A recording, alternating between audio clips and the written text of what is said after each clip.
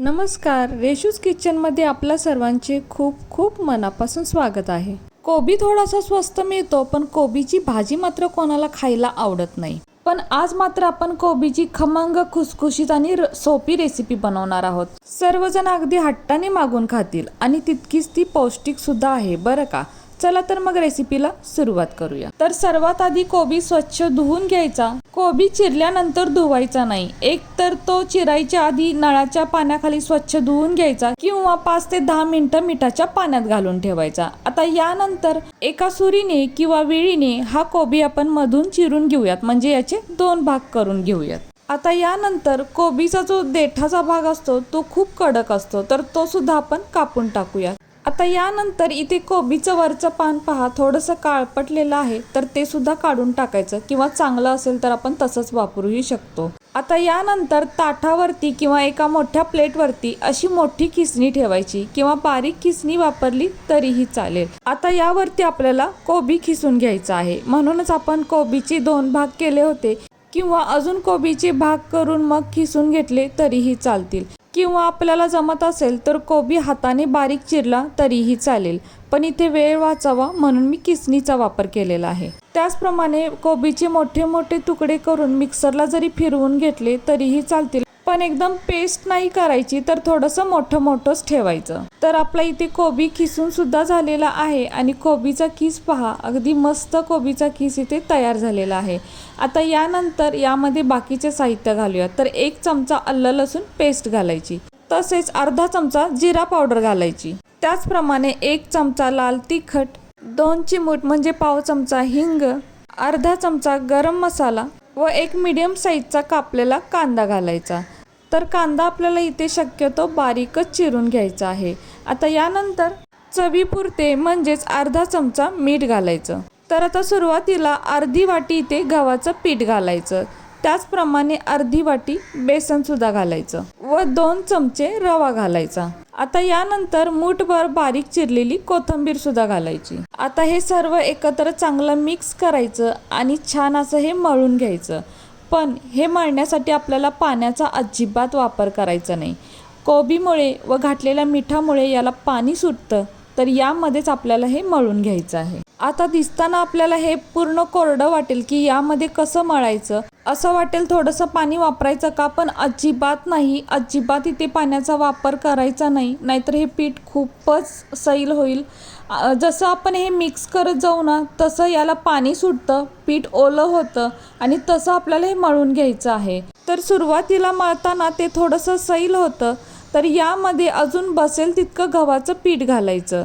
तर चपातीची कणिक जशी आपण मळून घेतो त्याप्रमाणे हे बनवायचं आहे, पण खूप सैल बनवायचं नाही, चपातीच्या कणकेपेक्षा थोडंसं घट्ट ठेवायचं. तर आता इथे बघू शकता याला अजून पाणी सुटलेलं आहे आणि पीठ थोडंसं इथे सैल झालेलं आहे. तर यामध्ये मी अजून थोडंसं गव्हाचं पीठ घालते आणि हे छान असं मळून घेते. तर आता इथे मी पीठ मळून घेतलेलं आहे आणि बघू शकताय इथे मी अजून जवळपास 2 ते 2.5 वाटी गव्हाचं पीठ वापरलेलं आहे आणि सुरुवातीचं अर्धी वाटी म्हणजे जवळपास इथे 3 ते 3.5 वाटी गव्हाचं पीठ मला लागलेलं आहे. तर आणि छान असा घट्ट गोळा मळून झालेला आहे. आता यामध्ये आपण रवा घातलेला आहे, तर 5 ते 10 मिनिटासाठी ही कणिक अशीच बाजूला ठेवून द्यायची. यानंतर एक पळपट लाटणं घ्यायचं व मळून ठेवलेलं कोबी व पिठाचं मिश्रण घ्यायचं, तसेच थोडंसं कोरडं गव्हाचं पीठ सुद्धा घ्यायचं. आता यानंतर या मिश्रणातलं थोडंसं पीठ घ्यायचं आणि हातावरती याचा गोल गोल असा गोळा बनवून घ्यायचा. तर जसा चपातीसाठी बनवतो त्याचप्रमाणे मी इथे गोळा बनवून घेतलेला आहे. आपल्याला हवं तर थोडासा छोटा गोळा बनवून घेतला तरीही चालेल. आता हा गोळा आपण गव्हाच्या पिठामध्ये बुडवून घेऊयात व हा गोळा आपण आता पोळपाटावरती लाटून घेऊयात. तर यामध्ये आपण लाल तिखट वापरलेला आहे, त्याऐवजी आपण हिरव्या मिरच्या ठेचून सुद्धा यामध्ये वापरू शकतो. तसेच लाल तिखटाचे प्रमाण आपल्या अंदाजानुसार आपण कमी जास्त करू शकतो. तर आता हे लाटताना सुद्धा पहा, अगदी चपातीसारखं लाटून घ्यायचं आहे. एकदम सोपं जातं हे लाटायला आणि अगदी पटकन तयार होतं. तर मी चपाती इतकाच इथे लाटून घेतलेला आहे आणि खूप जाड नाही ठेवलेला, अगदी पातळच लाटलेला आहे. तर आपल्याला हवं तर आपण थोडासा छोटा सुद्धा लाटू शकतो. आणि हे पहा, अगदी मस्त असा आपला इथे पराठा तयार झालेला आहे. तर दुसरीकडे मी गॅसवरती एक पॅन ठेवलेला होता. आपण इथे चपातीचा तवा सुद्धा वापरू शकतो. तर पॅन आता थोडासा गरम झाल्यानंतर यामध्ये थोडंसं तेल सोडायचं, किंवा तेलाऐवजी आपण बटरसुद्धा वापरू शकतो किंवा तुपाचा वापर केला तरीही चालेल. आता तेल थोडंसं गरम झाले की यामध्ये हा पराठा भाजून घ्यायचा. आता गॅसची फ्लेम आपल्याला लो टू मीडियममध्ये ठेवायची. एकदम हाय केली तर पराठा आपला करपून जाऊ शकतो. तर पराठा भाजायला इथे जास्त वेळसुद्धा लागत नाही. काही सेकंदानंतर म्हणजे 15 ते 20 सेकंदानंतर हा पराठा आपण इथे पलटून घ्यायचा व यावरती आता थोडंसं तेल लावायचं, किंवा तेलाऐवजी आपण तूप किंवा बटरचा सुद्धा वापर करू शकतो. याने याची टेस्ट अजूनच वाढेल. तर एका साईडने तेल लावून झाल्यानंतर हे पुन्हा आपल्याला पलटून घ्यायचं आहे व दुसऱ्या साईडने सुद्धा थोडंसं तेल लावून घ्यायचं. तर खूप छान असे हे पराठे तयार होतात. यामध्ये जे चणा डाळीचं पीठ म्हणजे बेसन व रवा घातल्यामुळे अगदी खमंग खुसखुशीत लागतात. तर आता दुसऱ्या साईडने सुद्धा छान भाजून झालेले आहेत आणि आपला इथं पराठा तयार झालेला आहे. तर आपण तव्यातून हा काढून घेऊयात. आता त्याचप्रमाणे मी इथे अजून एक पराठा तुम्हाला बनवून दाखवते. तर आपल्याला हवे तसे पराठे आपण इथे बनवून घेऊ शकतो, छोटे मोठे. आपल्याला आवडत असतील तर छोटे पराठे सुद्धा बनवले तरीही चालतील. तर इथे मी थोडे मोठेच बनवलेले आहेत.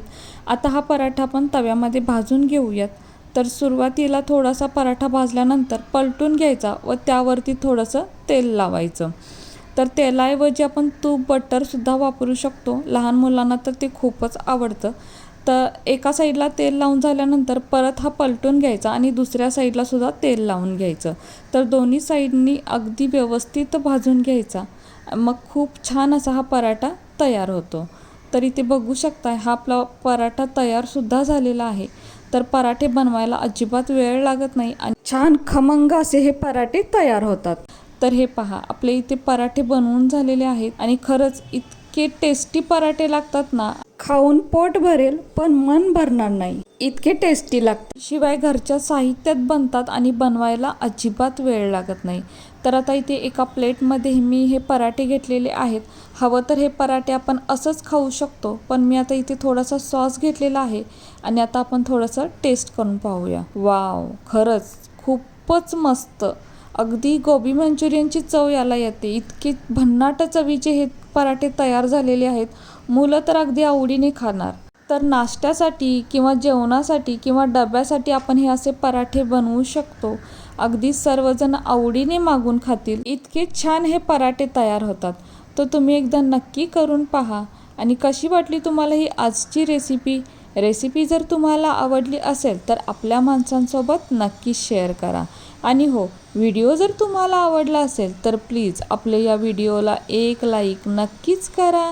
नवीन असाल तर चॅनलला सबस्क्राईब करा, सोबत बेल आयकॉन प्रेस करा, म्हणजेच मी बनवलेले असेच नवनवीन रेसिपी सर्वात आधी तुम्हाला मिळतील. आता पुन्हा भेटू अशाच एका नवीन रेसिपीसोबत.